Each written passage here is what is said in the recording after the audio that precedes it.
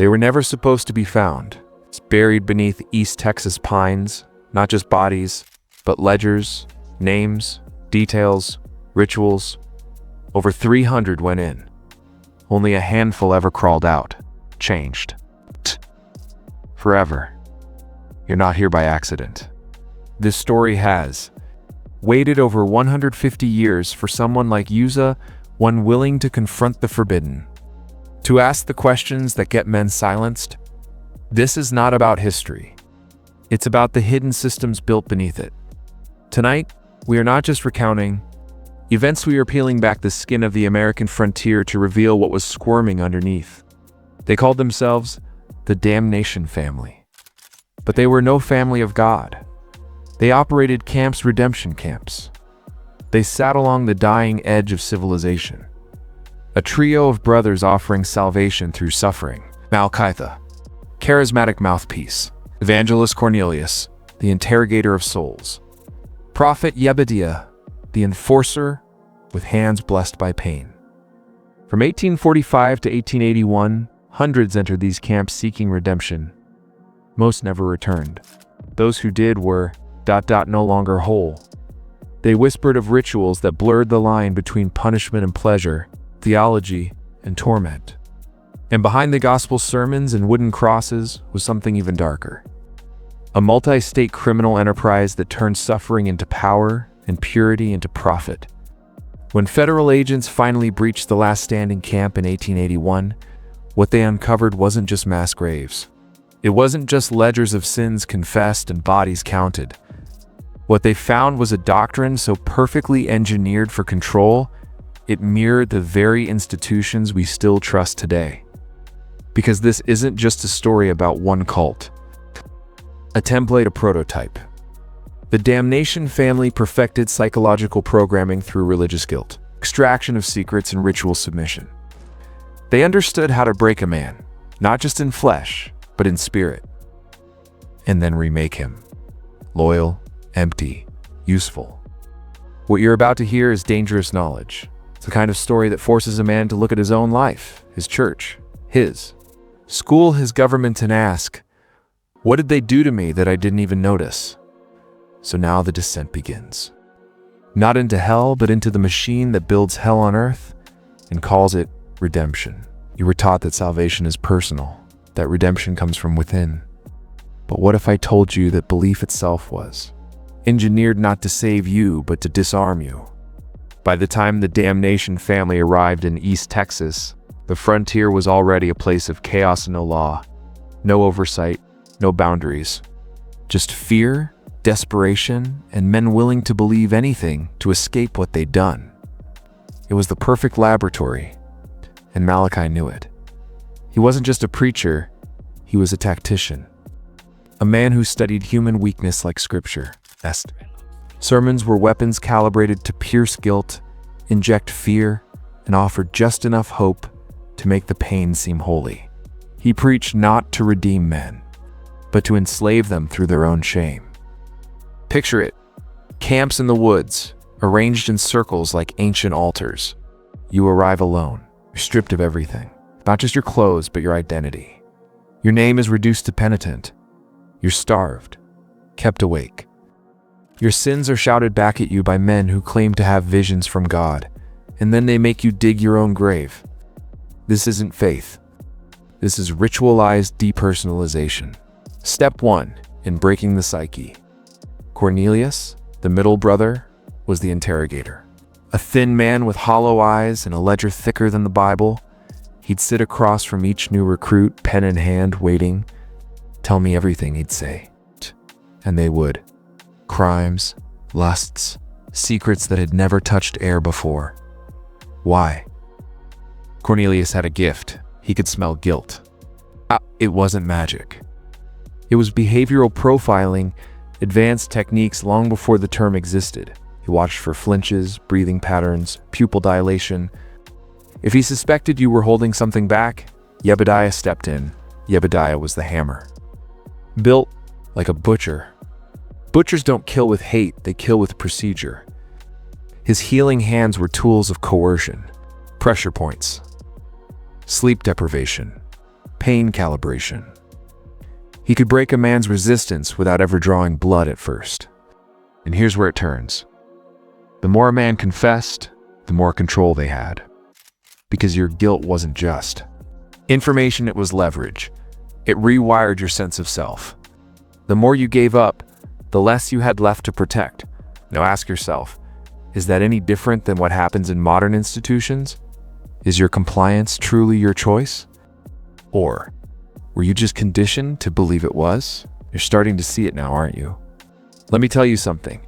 They never taught you in school. Guilt is the gateway drug of control.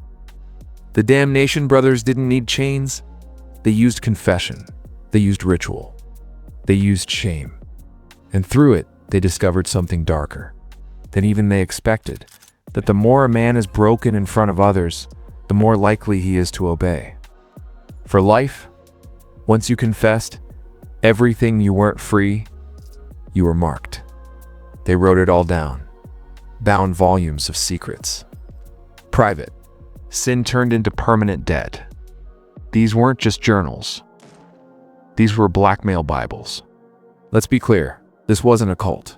This was a prototype of institutional control. A system of spiritual manipulation masquerading as religious revival. And the genius of it? They didn't enforce it. You did. Men would whip themselves, starve themselves, beg to be punished harder because they'd been convinced that the more they suffered, the cleaner their soul would become. But the brothers didn't offer salvation. They offered transaction, pain in exchange for purity, secrets in exchange for absolution, suffering in exchange for a spot in heaven that may never come. It's the oldest contract in human history. Give us your pain, and we'll give you purpose. But here's the twist. Some men didn't survive the process. The brothers didn't hide that. They celebrated it. Death, they said, was the highest form of purification, proof that the penitent had finally become worthy. The role of the redeemed, they called it. They buried them in secret cemeteries. No mourning, no names, just wooden crosses and numbers. Each body a symbol of perfect cleansing. But in reality, a harvested soul. Because those ledgers, they weren't just for control, they were for commerce. Yes, the Damnation family was paid, but not in gold. They were paid in power. Land deeds from redeemed sinners. Letters of recommendation forged from politicians they had blackmailed into silence. A growing empire. Built on invisible chains. Now let me ask you something dangerous. Is this really a story from 1845? Or is this a mirror, a reflection of modern systems that strip you, shame you, remake you, and call it progress? If you're still here, it's because something in you refuses to stay blind. You're not just watching a video, you're being deprogrammed. You want to know how deep this goes? It wasn't just torture. It wasn't just mind control. The systematic identity erased. And the worst part? The victims volunteered. Each redemption camp followed a strict cycle. Arrive, confess, suffer, transform, but the final phase. Transformation was the most insidious of all. After weeks of psychological disintegration, physical starvation, and ritual pain, the penitent was told they had been reborn. They were given a new name, a white robe, a calling, while they were sent out. Not home, not free, but into the world. As missionaries of the same machine that had destroyed them, here's the horror. They believed it. Testimonies poured in from frontier townsmen who'd once been violent criminals, now preaching the gospel with glassy-eyed fervor. Women who had been prostitutes now speaking in tongues and recruiting others. They weren't recovering victims. They were reprogrammed operatives, converted through pain, weaponized through purpose. Because here's what Malachi understood. If you can make a man believe his suffering was holy, you don't just control him. You own him. He'll defend you. He'll spread your message. And if challenged, he'll destroy those who threaten the illusion. Sound familiar? How many systems today use this same structure? Break you, name you, tell you what you are. Then, give you a cause to serve, a badge, a title, a diploma, a uniform, and suddenly, will defend the very system that broke you. This wasn't religion. It was an operating system, one that survives to this day wearing different clothes, speaking different slogans, but functioning exactly the same. Some victims saw through it. One in particular, Samuel Hartwell, the cattleman who escaped hold of the trial of fire and the burial rites. He whispered about the ledger, screams that never stopped.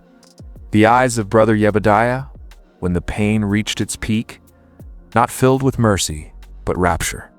And just as quickly as Hartwell appeared, he vanished. His name erased, his warnings dismissed.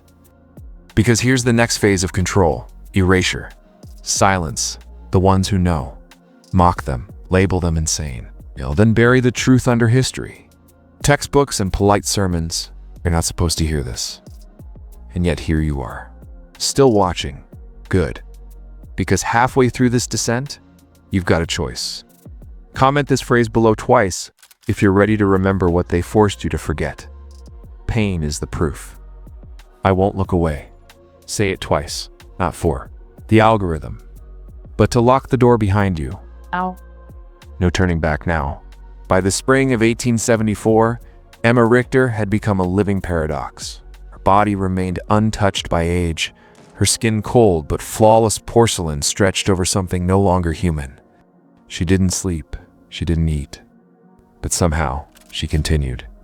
Doctors called it a catatonic miracle. Priests called it possession. The locals had their own name for it, the curse of God's orphan. One physician from Boston, Dr. Elias Blackstone, dared to stay in the house for 7 days. He had studied rare neurological disorders, taught at Harvard, and thought he'd seen everything. But what he saw in Emma's eyes, he would never write about. On the fourth night, he locked himself in the cellar. By morning, he was gone. Only his shoes remained arranged neatly at the front door, pointing out into the woods, as if he'd walked barefoot into the trees. Willingly, Emma didn't speak, but scratches appeared on the walls, words in Latin, Aramaic, and something older. No one in the household understood. Yet the patterns were precise, rhythmic, as if dictated by something intelligent. Her fingers pale and jointed, like porcelain, were always raw and red. And still, her mother said she never saw her move. Then came the animals. First, it was the family dog found, paralyzed, eyes open, heart still beating but unresponsive. Next, the crows. Hundreds circling the house every evening at 5:06 p.m. for 13 straight days, then vanishing. Then the neighbor's cattle, bloated and lifeless, eyes missing, no blood spilled. A stillness fell over the town, as if something unnatural had taken root beneath the Richter home. One traveling missionary declared Emma a demonic transmitter, a vessel through which fallen angels whispered warnings from another world. But when he tried to exorcise her, he collapsed mid-sermon, bleeding from the ears, when he was never seen again. The town began to whisper of closing off the house, burning it even. But Emma's father, Jacobe, refused. He believed Emma was not cursed, but chosen. What kind of father chooses to protect the unknown? What was he trying to preserve? And for whom? Because some say Jacobe wasn't protecting Emma from the world. He was protecting the world from Emma. What began as hushed rumors among coal miners and railwaymen eventually spilled into the streets. That Emma Richter was being studied, not treated, in secret, in silence, and in defiance of every ethical code known at the time. The first so-called specialist brought in was Dr. Samuel Sehorn, a neurologist with a reputation for dabbling in hypnotic regression and spiritual possession. He came not from Boston or Philadelphia, but from Vienna under the pretense of academic curiosity. What he documented in his private journals has never been publicly released. But fragments recovered years later from an estate auction tell a far darker story than what was ever discussed in the clinics. According to those notes, Emma entered spontaneous trance states that mirrored events from before her birth. She spoke in multiple tongues, some known, others unknown. She identified details about strangers' deaths, some later confirmed, others lost to time.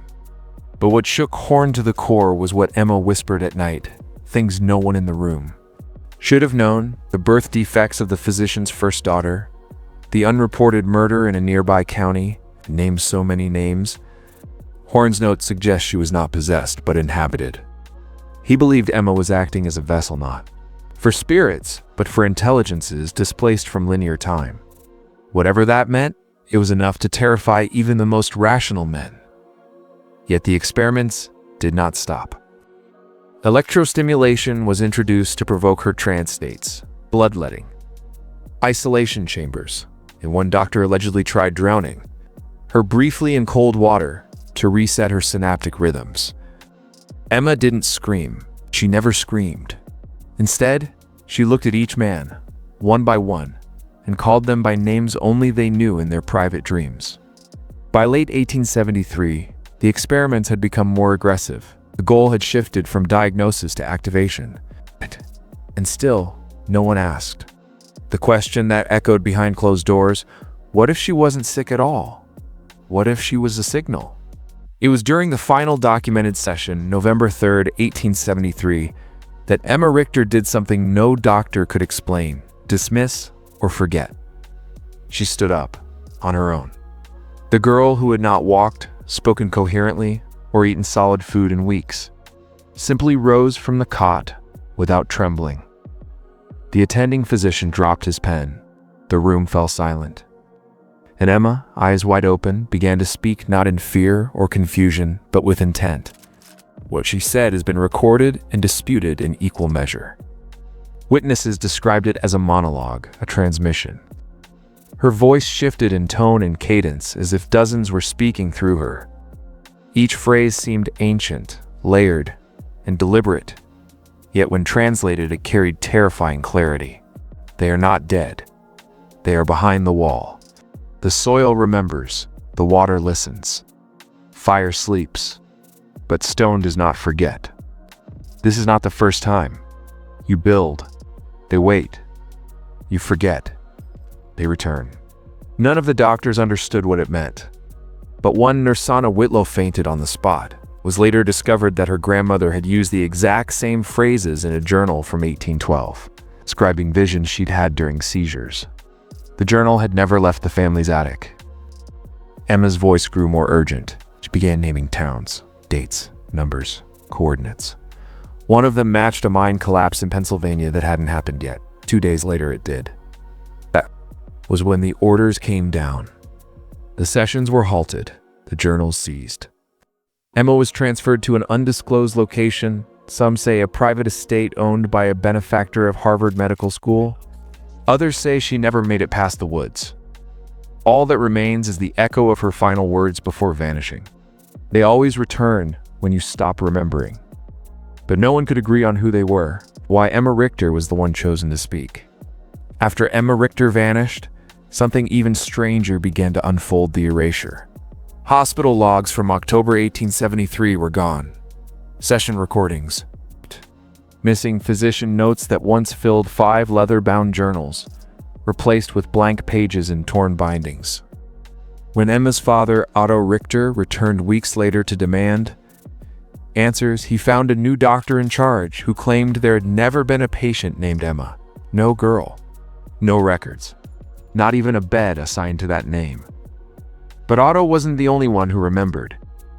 3 staff members, 2 nurses, and a janitor confessed, off the record, that Emma's case had been classified. They described a night where men in black uniforms and affiliated with the hospital arrived with sealed crates and authority badges. They didn't speak. They simply collected every trace of Emma's existence and left. By morning, her room had been stripped, sanitized, and reassigned to a tuberculosis patient. Rumors spread through town like wildfire that Emma had been part of a government experiment, that her visions had been too accurate to ignore, that she was a danger to whatever world existed beneath ours. In 1937, a retired nurse named Louise Bramley confessed in a recorded interview that she had hidden a single page from Emma's file in the lining of her travel trunk. It surfaced decades later during a home renovation. The contents. A drawing hand sketched by Emma, a circle of figures in long robes, standing around a black pit. Their faces were scribbled out, but behind them stood a massive door made of stone and bone, sealed with symbols no one has been able to identify. On the back of the page, Emma had written in faint pencil, "They listen when the world sleeps. Do not knock, do not answer." That single page was donated to a private archive in Connecticut. But in 1999, it too was reported missing. Security footage showed nothing, not even a shadow. It was as if the page had erased itself, or perhaps someone else erased it. By the summer of 1873, Emma Richter's name had become a whisper in the medical community, a riddle no physician wanted to solve aloud. Her case had made its rounds in closed-door symposiums across Boston and New York. Some called her a miracle of malfunction. Others said she was a flesh-hand-blood cipher, an organism that contradicted nature itself. But the most unsettling rumor came from a doctor who'd left the practice entirely after visiting the Richter home. He claimed Emma had no shadow. No one could verify the claim, of course, not officially. But strange reports began to surface from the townspeople in Essex County. Emma could be seen standing alone in the fields at dawn, motionless as a scarecrow, her gaze fixed upward, and yet the grass beneath her feet was never disturbed. No footprints, no drag marks, as if she'd never touched the earth at all. And then came the disappearances. 2 neighbor girls, a farmhand, a preacher's son. All vanished within the span of 3 months, each last seen within a few hundred yards of the Richter home. No bodies were found. No blood, no signs of struggle. Just a growing sense of dread that seemed to rot the air itself. That's when a certain government man appeared. Not military, not state. He wore no badge, just a dark wool coat and a hat that never left his head. His notebook was filled with diagrams, not of Emma, but of her surroundings. Trees, soil, layers, old church ruins buried behind the orchard. He asked the family odd questions. Was she ever struck by lightning? Had she spoken in languages unknown? Had animals died after touching her? And then, just as quietly as he came, he vanished. But not before leaving a note with one line underlined in red ink. "She is not the anomaly the land is." Point. Even the Richter family began to avoid Emma. Her siblings stopped entering her room. Her mother no longer kissed her forehead. Her father, once her fiercest protector, now sat outside with a loaded shotgun every night, facing the forest as if something was expected. And perhaps it was. Good. Because Emma had started speaking in her sleep, not in words but in tones. Deep, guttural, geometric tones that seemed to bend the walls and rattle window panes. It wasn't long before the walls themselves began to bleed. When the manor was demolished in 1912, buried beneath rotting floorboards and layers of soot, workers uncovered a sealed envelope, its wax still intact, bearing the crest of the Richter family. The contents of that envelope, never intended to be read by the world, changed everything. It was a letter from Emma Richter, written in a trembling hand. Not to a doctor, not to a priest, but to someone or something called the custodian. The letter was short, cryptic, and devastating. "You said the mirror would show only what we wanted to forget, but it showed me what we are becoming. My hands are no longer mine. My sleep belongs to someone else. I hear the voices now, even when I'm awake. Please, take it back. Burn the chair. Seal the well. I'm sorry for what I've done." But you Never told me the cost. What chair? What mirror? What voices? And who or what was the custodian? Authorities claimed it was the product of a broken girl's imagination. Convenient, but what if it wasn't? What if Emma wasn't alone at that house? What if the darkness she begged to return wasn't from inside her, but something that was invited and disguised as science? No. Masked as curiosity and nurtured by institutions that should have known better. You don't hear about Emma Richter in history class. She wasn't mentioned in medical journals or textbooks. Her story was quietly erased, sealed beneath bureaucracy, burned in academic silence. But truth doesn't rot in the ground forever. Because even now, in that forgotten Pennsylvania village, the locals say her name should not be spoken aloud after dark. And that if you ever find a mirror with a crack down the center and a chair facing it too, should never, ever sit in it. Because Emma Richter might be gone. What she saw in that mirror still watching.